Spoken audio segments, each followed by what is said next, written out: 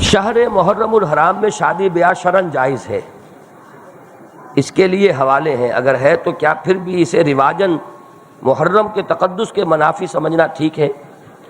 محرم کے تقدس کے منافی سمجھنا تو غلط ہے، اس لیے کہ کوئی شے ہے ہی نہیں۔ اس شے کو تو یعنی جب وہ معاملہ ہوا تھا واقعہ میرا، تو شیعہ علماء نے بھی کہا کہ حرام نہیں ہے، ہم نہیں کہتے کہ حرام ہے، ناجائز ہے، یہ کہا انہوں نے۔ تو یہ تو در حقیقت ایک چیز ہے کہ جو رواج اس کا پڑ گیا ہے۔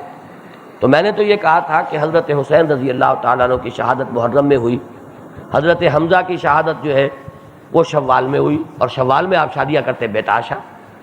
حضرت مصعب بن عمیر کی شہادت ہوئی، حضور زخمی ہوئے، 70 صحابہ جو ہے وہ اس میں شہید ہو گئے، جن میں حضرت حمزہ اور حضرت مصعب بن عمیر جیسی شخصیتیں موجود تھیں۔ اگر یعنی خاک کربلا پر بھی اگر یہ اتنی تعداد میں جام شہادت نوش کیا ہے، بچے بھی بڑے بھی، تو وہاں تو یہ کہ 70 جو ہیں صحابہ کرام حضور کے صلی اللہ علیہ وسلم۔ لیکن یہ کہ یہ کہاں ہے کہ اس شوال کے مہینے میں آپ شادی نہیں کر سکتے؟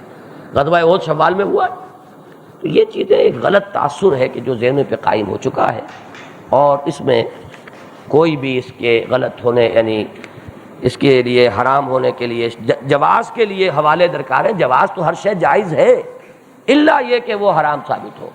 ہماری تو شریعت کا کہ اصل جو ہے وہ اباح ہے، مباح ہے ہر چیز، الا یہ کہ اس کے لیے کوئی ممانعت وارد ہو گئی ہو، تو جائز ہے، الا یہ کہ منع کیا گیا ہو۔